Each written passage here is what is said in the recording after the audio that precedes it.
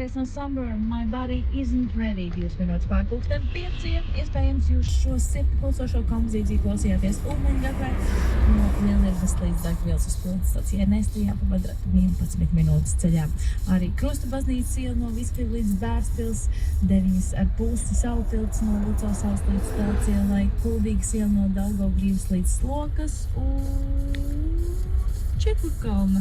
Otrā līnija līdz pirmā līnija Viskļu ielas rajonā arī sastrēgusi 9 minūšu garumā.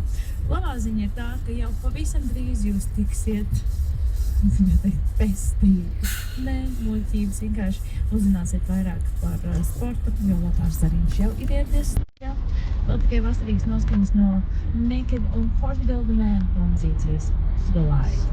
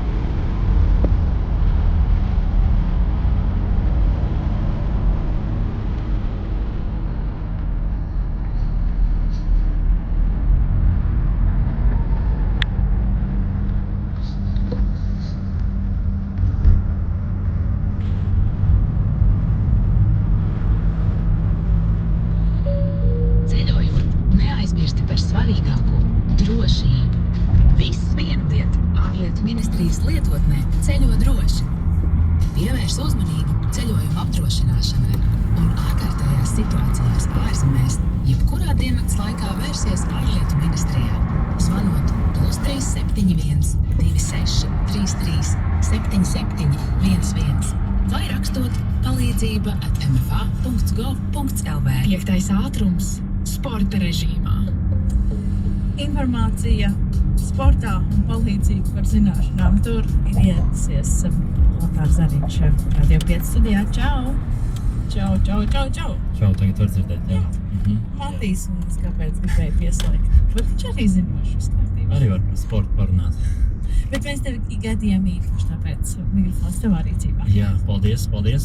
Es sākšu ar basketbolu, jo Latvijas basketbola izlasēji šonedēļ bija ļoti pārliecinoši spēle mājās, izcīnīts panākums. Līdz ar to tas nozīmē cīņu par pasaules kausa fināla turnīru turpinās savu skatītāju priekšā. Jā, ar 112-66 sagrauta. Tiešām tur tika sagrauta Austrija. Galvenais treneris Jānis Gailīts otro spēli galvenā trenera statusā, 2 spēles, 2 uzvaras. Pirmās 2 spēles tādas, varbūt, neteiksim veiksmīgas, bet pirmajā spēlē mazliet, protams, arī veiksmi nospēlēja. Katrā ziņā spēle Nīderlandē sniegums nebija diezko pārliecinošs, bet pirmajā ceturtdaļā Latvija netika vadībā, dodoties puslaika pārtraukumā, gan aina jau bija labā. Tās spēles daļā iesākums Latvijai atkal bija pārāk liels, bet spēles izskaņa tāda diezgan karsta, saspringta, bet beigās jau panākums 72-69 mājās. Arī bija jāiztīra uzvaru ļoti pārliecinoši, 112-76, puslaika pārtraukumā Latvija devās ar +8, kas gaidījām vairāk punktu vīrumu, bet par to parūpējās jau pēc pārtraukuma. Beigās arī uzvaru un pārkāpt arī šī 100 punktu robeža, un sapnis par šo pasaules kausu ir dzīves, un kā norādīja arī Latvijas izlases kapteinis Rihards Lomašs par gaidāmajām spēlēm, kas būs augustā. Citēju viņu, es noteikti gribu redzēt visus izlasē, nevis kaut kāds atrunas. Vēlētos redzēt tiešām visus, kas ir pieejami. Noteikti zinu, ka šeit būs visi tie, kas tie grib būt. Jā, priekšā būs vēl spēles, cīņas būs ar Horvātiju, Izraēlu un Vāciju, pretinieki nopietni, un nopietnas noteikti arī būs sastāvs Latvijā, bet tas jau augusti izskanēja. Bet, ja par latviešiem turpinām, tad vārds ar Šilovu arī jāpiemiņ, jo Pitsburgas Pingvīns uz sezonu ir pagarinājis līgumu ar latviešu vārtvīru. Vārtsargs ticis pie karjeras lielākā līguma, $2,8 miljonu ASV, un tas ir godam nopelnīts. Regulārajā sezonā Šilovs piedalījās 39 spēlēs, 19 uzvaras. Stanleykaus izcīņā arī nāca palīgā komandai pret Philadelphia Flyers, 3 spēlēs 2 panākumu. Regulārā sezona bija kā pa kalniem, bet playoff spēlēs tiešām ļoti pārliecinošs sniegums, un tiešām līdz ko sākās izslēgšanas mači, ja šīs svarīgākās spēles, tad Šilovs ir tā augstākajā līmenī. Kaut arī norādīja, protams, ka komandai vajadzēja vairāk uzticēties playoffos tieši Šilovam, bet visdrīzāk jau nākamgad. Bet vakardien diezgan negaidīts lēmums bija no Starptautiskās olimpiskās komitejas, kas atcēla Krievijai piemēroto diskvalifikāciju, un to noteica pēc šīs valsts pilna mēroga iebrukuma Ukrainā, un līdz ar to tagad Krievijas komandai ir pavērts ceļš dalībai 2028. gada olimpiskajās spēlēs Losandželosā. Pirms 2 gadiem vasaras olimpiskajās spēlēs Parīzē un šogad ziemas spēlēs Milānā bija arī izveidota speciāla komisija, kur tad vērtēja, kurus sportistus agresoru valsts pārstāvis var pielaist un kurus nē. Bija diezgan maz pārstāvniecība, bet tagad redzam, ka šī prasība ir atcelta. Līdz ar to pēc 2 gadiem gaidāmajās vasaras olimpiskajās spēlēs Krievijas delegācija visdrīzāk arī varēs piedalīties. Olimpiskā komiteja gan norādīja, ka lēmums par to, vai Krievijas sportisti drīkstēs startēt zem savas valsts karoga un savu himnu vēl tiks pieņemts vēlāk. Olimpiskā komiteja arī apstiprināja, ka ņemot vērā bažas par Krievijas antidopinga aģentūras darbību, tad Krievijas sportistiem pirms atgriešanās sacensībās būs jāaiziet arī vairākas dopinga pārbaudes un ko veiks starptautiskā testēšanas aģentūra, bet oficiālajā paziņojumā minēts, ka būs arī šī atlase Krievijas sportistiem, nosakot attiecīgi arī par olimpisko hartu, bet šī tiešām tā birokrātija vairāk tika izpaust, bet galvenais tas lēmums ir, un tajā pašā vakarā arī Starptautiskā volejbola federācija pavēstīja, ka sekos Olimpiskās komitejas jaunākajam lēmumam, līdzinājās rekomendācijas vairs neņems vērā un ielaidīs Krievus arī savām sacensībām. Vairāk sportisti jau ir izteikuši neizpratnī par šo lēmumu, to skaitā arī zviedru kārstlaicējs, olimpiskais un pasaules čempions Armands Duplantis, norādot, ka nekas kara sakarā nav mainījies, paliek tikai sliktāk un godīgi nav izprotams šis komitejas lēmums, tā norādīja Duplantis, un noteikti šim viedoklim var tikai pievienoties. Tā gan, es ceru, ka tas arī tiks mainīts. Vēl ir mazliet laika, vai ne? Ir laiks, jā, noteikti. Mēs klausāmies Jurā un Blūmu Udalēn remiksā, pēc tam turpinām sporta režīmā.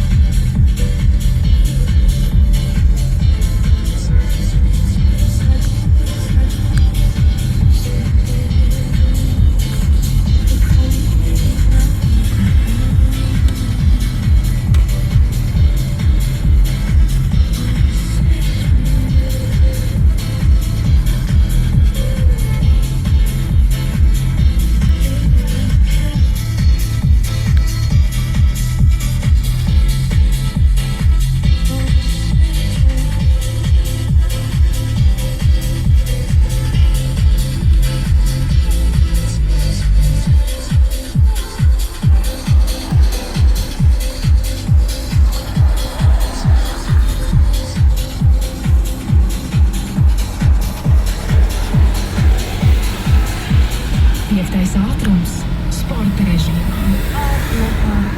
Turpinām labi iesākto aktuālāko un svarīgāko sportu. Vai tagad par futbolu? Jā, beidzot. To sagaidīju, jā. Mēs parunāsim, protams, par futbolu un ar vietējo futbolu arī jāsāk, jo Eirokausu sezonu šovakar uzsāks Latvijas futbola klubi. RFS šobrīd ieņem līderu pozīciju Latvijas virslīgā, bet neteiktu, ka tur atrodas diezko stabili arī pēdējā spēlē. Neizšķirs pret Audu 1-1, tādu pārliecību īsti nerod, bet rīdzniekiem izbraukumā cīņa Ziemeļīrijā tiksies ar Belfastas Glentoran vienību un arī izbraukumā UEFA konferences līgas kvalifikācijas pirmās kārtas spēlē Liepāja. Mājās uzņems gan Melnkalnes čempionāta komandu Tuzī Dečič, mājās Liepājā spēlēs. RFS tātad viesos ar Glentoranu klubu, kas pagājušajā sezonā Ziemeļīrijas čempionātā palika 2. vietā, savukārt Kurzemniekiem mājās cīņa ar Dečič vienību, kas aizdītajā sezonā kļuva par 4. labāko Melnkalnes čempionāta komandu. Tātad Liepājā spēle sāksies 7. vakarā, bet viesos rīdzniekiem spēles sākums pusē 10. vakarā. Un tagad jau uz vienas rokas pirkstiem var saskaitīt, cik spēles var teikt, ir atlikušas šajā turnīrā.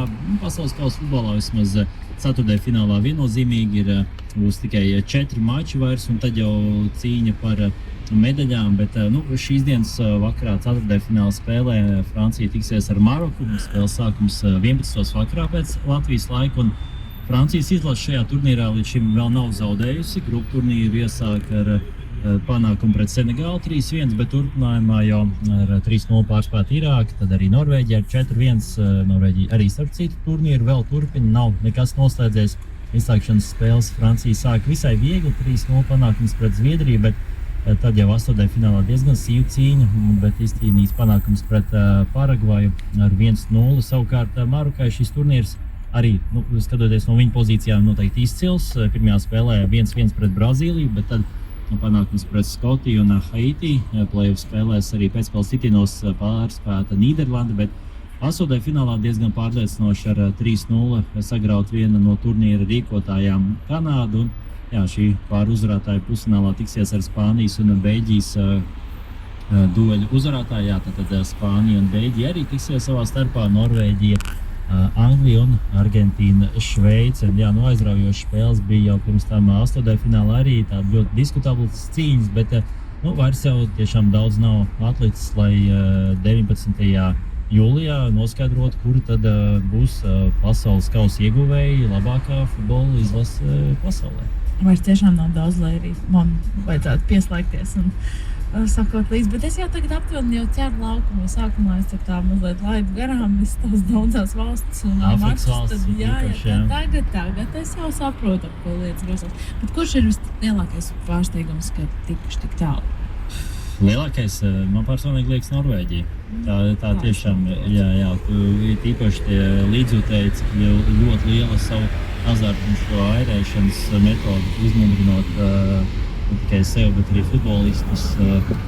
Norvēģija šis gads sportā ir īpaši arī atskamies hokejā izcīnīja bronzu, bet, protams, futbols tas ir kas vēl iespaidīgāks. Norvēģija, kā mēs pēc tam runājam, Cabo Verde arī viens no punktiem, kur noteikti turisti dosies vairāk iepazīstot šo valsti pasaules kausā. Domāju, ka daudz arī iepazīstot Norvēģiju. Jā. Pēc Norvēģijas uzvaras par Brazīliju Oslo ielās esot izgājuši 100,000.